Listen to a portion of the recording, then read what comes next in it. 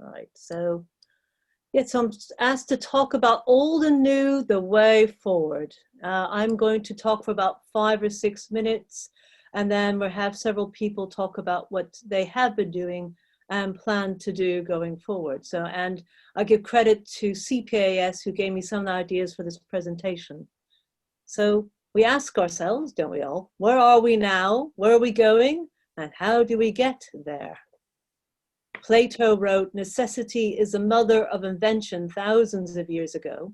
And it is true that as humans, we often settle into a pattern of how we do things, which we only alter when we're forced to do so.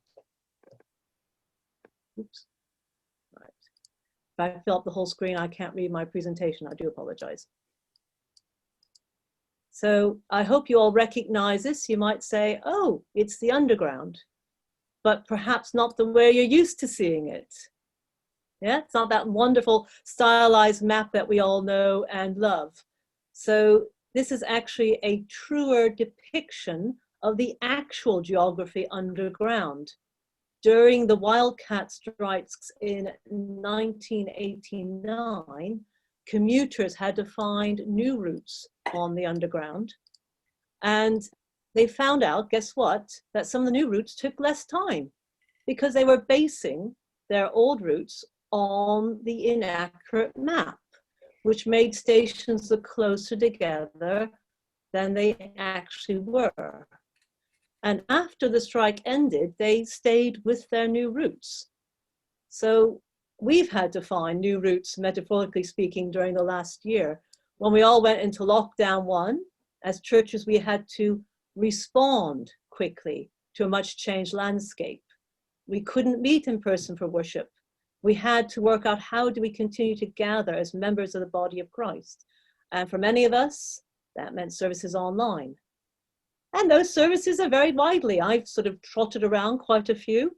Some have been services that look similar to what would happen in church, with liturgy and communion put together by the ordained minister.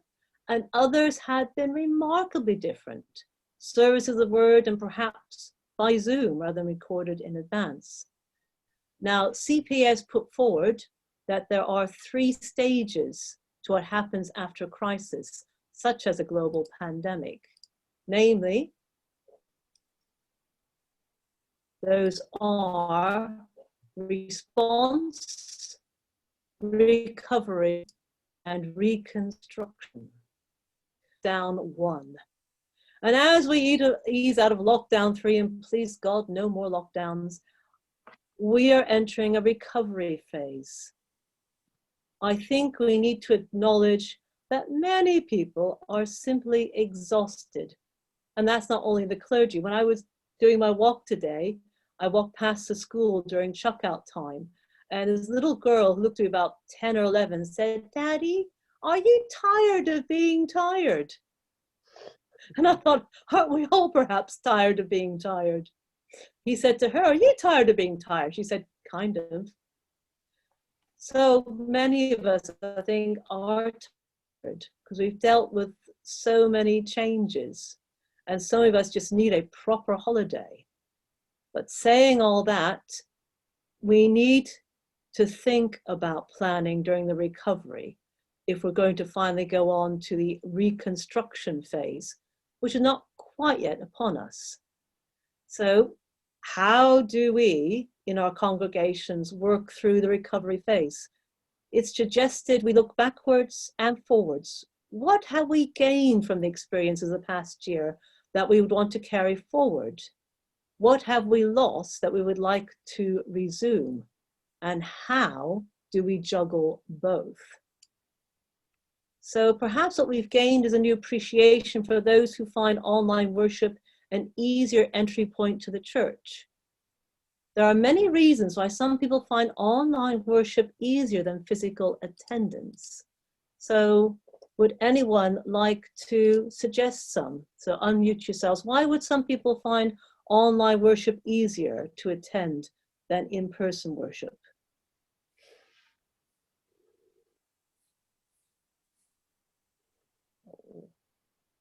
Silence. You can go at any time.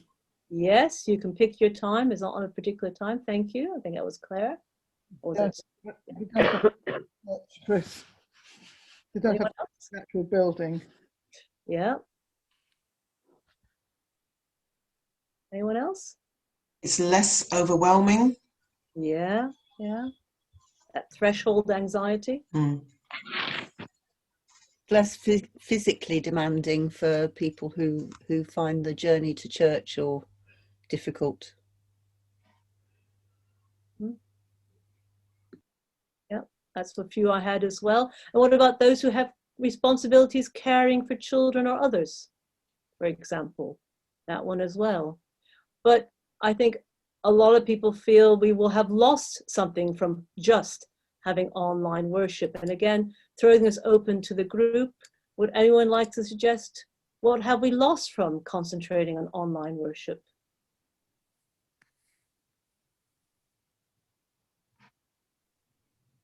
Pastoral care. Mm-hmm. Yeah, that talk afterwards, yeah. Yeah, and sharing fellowship in person. Mm. That sense of community, that real sense, you know who you belong with because you can actually see them, see them there. Mm-hmm. You can be more of an observer, and it can be a bit more like being a consumer rather than really contributing and being present. Mm-hmm. The large numbers of our congregation that don't have access to online or are too daunted or don't know how to get online. Indeed. It's Singing, almost, singing together. Singing together. Yeah, singing together. When I said on Easter morning, because we met outside, we will now sing our first hymn, I nearly cried. When's the last time I said that? Now we will sing our first hymn. Yeah. Okay, so we'll move on. So if we wish to continue to provide online services as well as physical church, we need to think realistically, how can we do this? Because it's not only, that worship leaders laying ordained will be taking up those physical services, all the other parish activities will be starting up as well, we hope and pray. Right now, I can speak for a lot of ordained people trying to sort out long postponed weddings, for example. We hope that all the various groups will come back, and I know a lot of people involved in that will want to resume work, say in nursing homes and schools, or some already have done.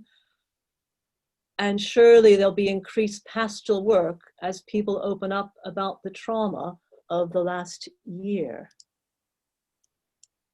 So I've invited along tonight several people to talk about how they're hoping to take things forward, the online and physical, which I hope might give you ideas in your own context, things discussed in your own PCCs.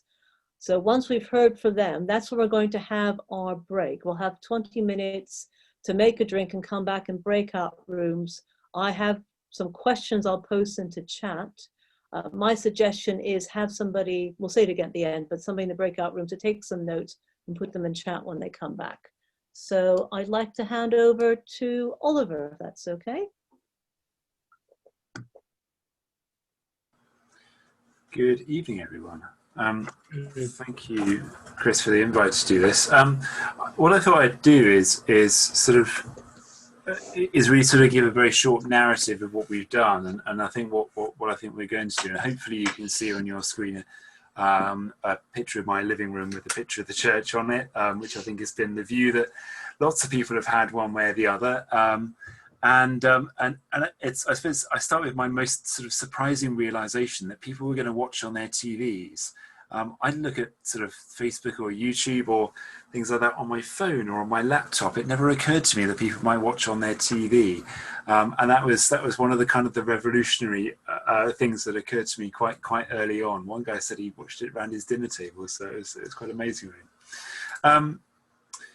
But this journey started a very, very long time ago now, and it started on the third Sunday of Lent in 2020, when we live streamed our very first service from All Saints. Tom, who's somewhere here, will remember that service quite well, perhaps, because it was marked by servers rushing up to the pulpit, where my phone was Facebook living and propped up because it fell off 3 times. So to our bloopers reel that we're eventually going to produce at the end of this blasted pandemic, is going to be that. I think the headline is going to be 3 of my servers trying to sort of do strange things to it. But very quickly afterwards, of course, we found that we weren't able to be in church at all. And we needed to translate this over to an easier place to do this. So this is my study on Palm Sunday. That's my wife and my children and I reading the Passion according to Matthew. And that was kind of what we did for a bit. And everything was centered around what we could broadcast or lead from a very small space in my study. It allowed us to really kind of get to grips with what was going on. So the laptop was within a hand's grasp, and so you can monitor things like comments. And perhaps some of you who were streaming back in those early days remember what the comments were like back then. They're much quieter, much more reflective and considered now. But it was literally a sort of a stream of consciousness, really, with people kind of, I think, talking to each other and coping through it. We gradually moved on to a slightly more multimedia experience, trying mixing in live and recorded content, because we realized that we did have people from the worshipping community, from the choir community, from elsewhere as well, who wanted to contribute something, whether that was doing a reading, whether that was doing pre-recorded multi-track choral videos that our musicians were putting together, but little glimmers of the stuff that was going on behind the scenes. And that was keeping elements of our congregation together. So that was that. We haven't really used Zoom for worship except with our musicians, and with them 3 times a week at various points, and then at the moment we're dialed down a little bit because we're working toward getting our singers back into church. We've sung twice a week and sung Compline with them once a week over Zoom, and that's been really, really fun. It's impossible to do choral music over Zoom. You can't sing together. It's an almighty mess, and so to make some order out of that, what we did is we broke up choral evensong line by line, verse by verse, of the Psalms, the Bible readings, the responses. You look at your books of common prayer. It's really easy to break up into little parts where we just sort of hand over. Occasionally some awkward silences, occasionally you have to tap on the screen and get somebody to wake up, but actually it was very, very effective, and it still brings just over half of our choir together each time we do it every week, even in these kind of Zoom fatigued times. But it was also good for Lent groups and book groups. It was good for making having a coffee hour after church, which has really gone by the wayside since we've been back in the building. And we also recorded a sung Passion on it for Good Friday last year, which was quite a wonderful experience to be able to use within worship. Where it really gets complicated was where we went back to church, and the 2 complications really, and there are many more, was first of all, how do we handle the building? Most of us have got quite big buildings, and the kind of the straight up square to camera can be a little bit tricky to people who are mourning their sense of place. And what I did notice is that people were really, really comforted and reassured by seeing their church on a screen, and seeing it being worshipped in, seeing the Eucharist being offered where it is supposed to be offered, rather than on a table that I served my turkey on at Christmas in 2019 in my study. And that was quite a sort of a significant emotional thing, but it did prepare people for coming back. But that picture was taken on us after a Sunday Mass with my wife and my daughter. They're on the laptop running after church coffee over Zoom after we'd streamed in the church. You can see the sort of the tripod there. We decided at that point to start blending our streams a little bit, because we knew that most people were watching through YouTube, but we'd lost the kind of the passing trade of a platform like Facebook or Twitter. And you get a lot of passing trade. Twitter's very it can be very capricious. You know, some stuff you put on there just doesn't get any traction at all. Others go completely ape. And Facebook is very much about relationship and people you're linked to. It's much easier to get notifications on people's phones when a service is going on. and a real sense that you are kind of able to tell people what's going on through accessing that medium and through scheduling stuff on there. I absolutely recommend using YouTube's and Facebook's scheduling features to tell people what's coming up, when it's coming up. And when they tune in, they do get that little box that says, hey, it's not on yet, but it'll be on in 15 minutes because you forgot to put the clocks back or whatever. During this period, we carried on doing Zoom in the way we had. And really my two dictions were authentic but not furtive. That is, I don't want a camera right up in my face when I'm trying to focus on the body of Christ. But I want it to seem real, and I don't want it to sort of feel that we are creeping around the building as if we're afraid of this place that God has given us. This picture is taken over on St. Crispin's Day when Facebook subtitling mistakenly replaced Crispin with Chrys, whoever he is, as our county's patron. And really it's some questions about accessibility. We had huge trouble getting sound to work sometimes on our streams, as you know, all kinds of people do with Zoom. We partially solved some of that by plugging it up to our church's sound system. And we took some good, I'll come on to advice and sources of things later, just at the end of this rather. But what do you need to participate or be a part of it? What are the things going to put people off? If you're getting complaints every week about the sound being a bit wonky, people are going to stop coming. They're going to find somewhere else to go. And how accessible is it as well? Are your subtitles going to work? Or are you going to need to kind of work on that either in terms of your own behavior so the algorithms can understand you or what? This image was taken on Remembrance Sunday in 2020. We, at that point, we called on outside help and engaged with the Borough Council's help, Stage Right Productions.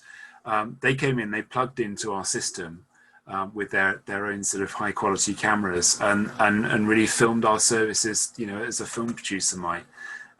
They're a bit wonky occasionally. If you watch some of the stuff they've done for us, occasionally it gets a bit wobbly, but they were really happy to sort of use what we had, which was a platform that they could enlarge and augment with their own stuff. And that on those big occasions, making a fuss and making a thing really enforced that idea that it was real and not lost. There's a huge amount of willingness from the community to help out with that.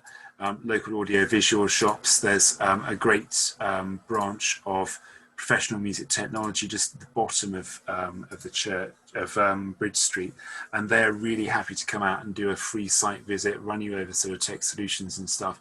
And we haven't gone with a big installation thing. We've nailed nothing to the walls or to the surfaces, because every time we've come across a new occasion like Remembrance or Christmas or whatever, we've wanted to change things up a bit, and we've wanted to move with the times.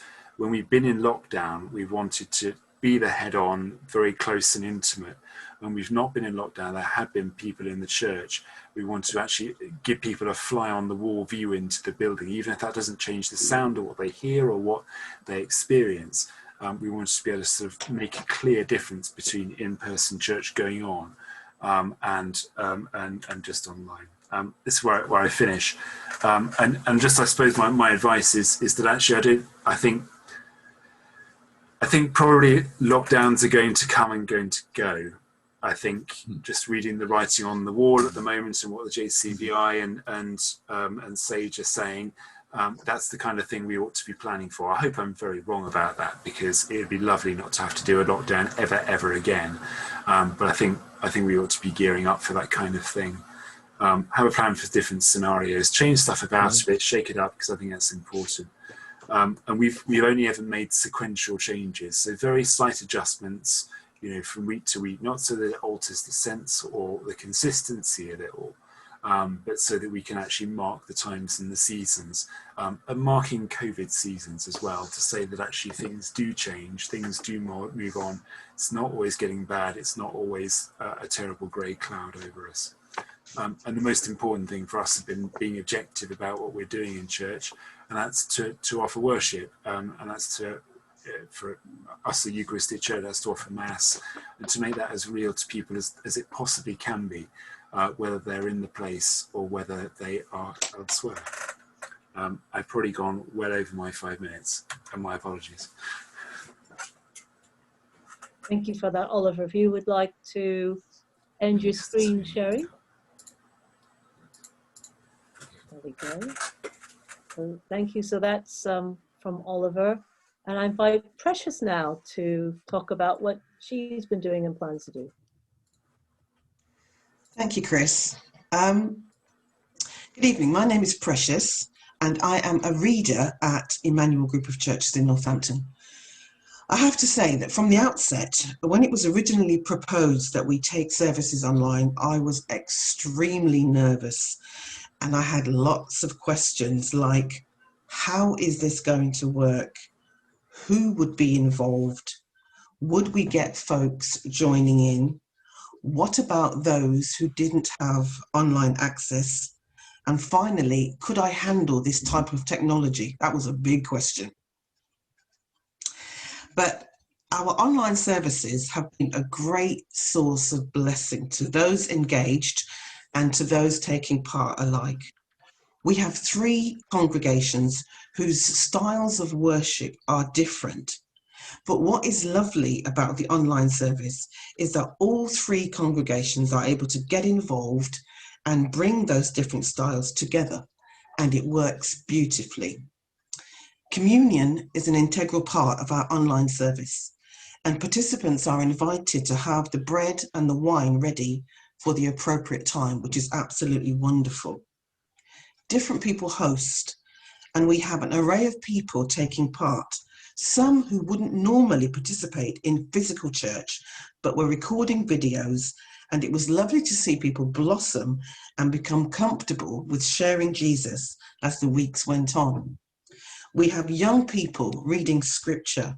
We have guest speakers from different parts of the world, along with worship from brothers and sisters across our nation.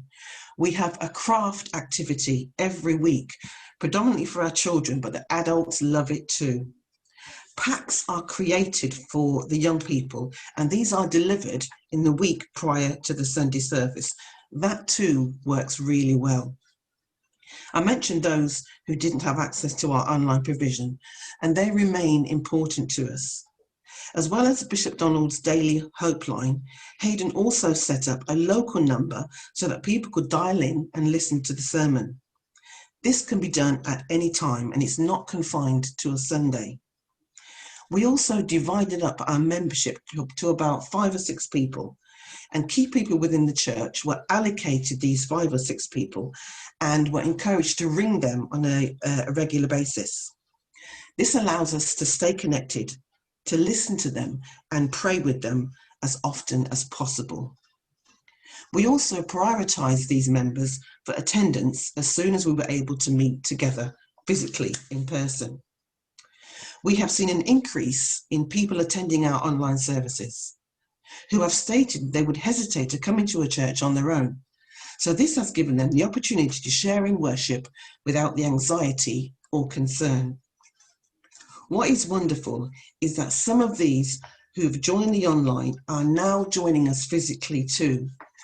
And even though the pandemic has stopped us from doing many things, God has not stopped working. He is still making a difference in people's lives. Our first Sunday back was Easter Sunday, and we had a baptism by full immersion. God is amazing. All my earlier concerns are off the table, and we have a team who are passionate about sharing the good news. I am a little more comfortable now with providing content for these services, but God has used this resource to bring his people together. It is our intention to continue with the online service when our 3 congregations can meet physically, pre-recording them and uploading them ready for Sunday. The content is not confined to ordained or lay people, but it is open to the congregation. And whilst there are elements that need to be conducted by clergy, there are many members who are willing and able to do the readings, intercessions, testimonies, and craft activities. We have had to learn a new way of worship, and whilst it was very difficult at first, we now wholeheartedly embrace it. So we at Emmanuel will continue with the online provision, confident that God will continue to use it to extend his kingdom. Thank you. Thank you, Precious. I like this. It's interesting because, of course, you have the three churches, which is interesting. They've come together. So I'm glad we have that different input as well. So thank you very much. And then finally over to Steve.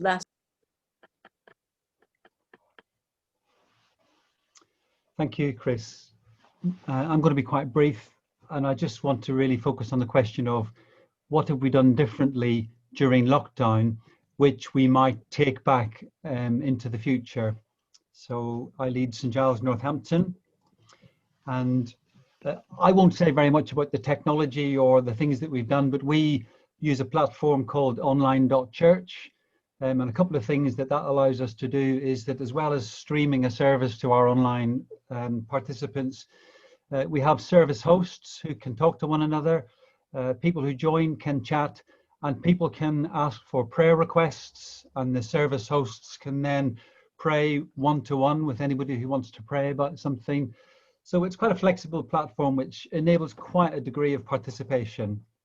I just really wanted to focus, and there's a bit of overlap with what Precious said, about some of the things that just happened fairly organically as we explored how to develop the online church platform. The first thing was the real joy of people recording and being involved as families from home. We were just low tech with this. Of course, so many people have a smartphone, and it's just a joy to see people just naturally praying or reading from home, sending that in. And that right from the beginning signaled to us this wasn't just going to be the clergy or authorized people. This was going to be the contributions of the whole church family. Our Bible readings, and of course, when the weather was good, recording outdoors brings a bit of life and creativity. We also have our intercessions sometimes led and recorded over Zoom. So here's 3 members of our prayer and healing team. Last week, the theme of our service was healing. And so that prayer time was recorded as a Zoom meeting, and that brings more people. We've done interviews on Zoom. And again, it's just this variety of people involved. This was a Sunday last summer when we were looking at the story of Nehemiah, and this family went out to their garden, told a little bit of the story of building a wall together as a family, and then used the kind of visual outdoors to inspire their prayers and to inspire us. Of course, it's in many ways very much easier for children to participate in public worship when they're doing it in their own home. It can be daunting to come and read in front of a whole church, or to be on a stage, or to be using a microphone system.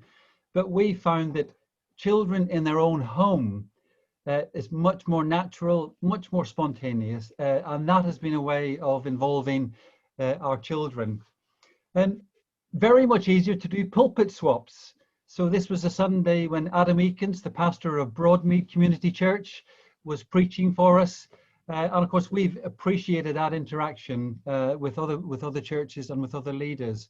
A very simple way of doing a pulpit swap from your own home.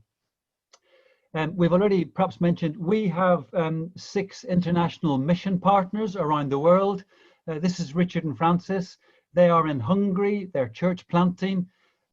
We were able to have them recording an interview with them in their own home. How are they getting on in Hungary? And then that interview finished by them praying for us at St Giles in Northampton. And it's made us feel connected to our mission partners, even through this pandemic. The key word I think I want to say is participation. We have seen this huge level of participation through the pandemic, and that is something that we very much want to continue when we come back to Gather Church. We've had all of these people bringing their contributions, bringing their creativity into our worship. So one of the practical ways in which we're doing that, we are simplifying and slimming down our rotas. We're planning to not have a rota for reading the Bible. We're hoping not to have rotas for leading the intercessions. Basically, we want to release this spontaneity and creativity into our worship so that when we get back to being in the building will have as much participation as we've had during the pandemic. A couple of things to finish and then a final bit of fun. Last Sunday, our online service, we had an online service and we had a gathered service in church. I did actually count up the numbers. We had 60 people watching on YouTube. We had 75 households on this online.church platform. We had 55 people in church.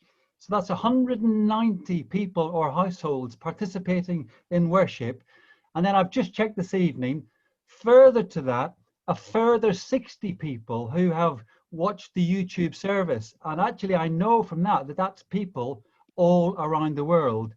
So in many ways, our reach has increased, and we only perhaps have a glimpse of who that might be.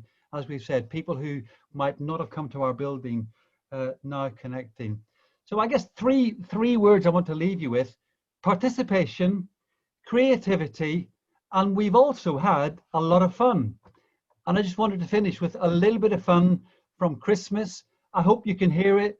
This is completely creative, done in their own home. Here's a little glimpse of the 12 days of Christmas, lockdown style at St. Giles.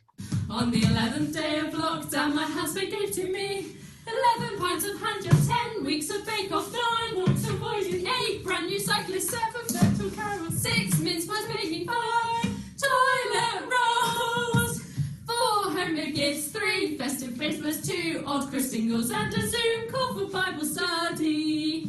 On the 12th day of lockdown, my husband gave to me 12 churches streaming, 11 pints of handheld, 10 weeks of baking, 9 walks avoiding, 8 brand new cyclists, 7 virtual carols, 6 mince pies making, 5 toilet rolls, 4 homemade gifts, 3 festive Christmas, 2 odd Chris singles, and a Zoom call for Bible study. Merry Christmas, everyone!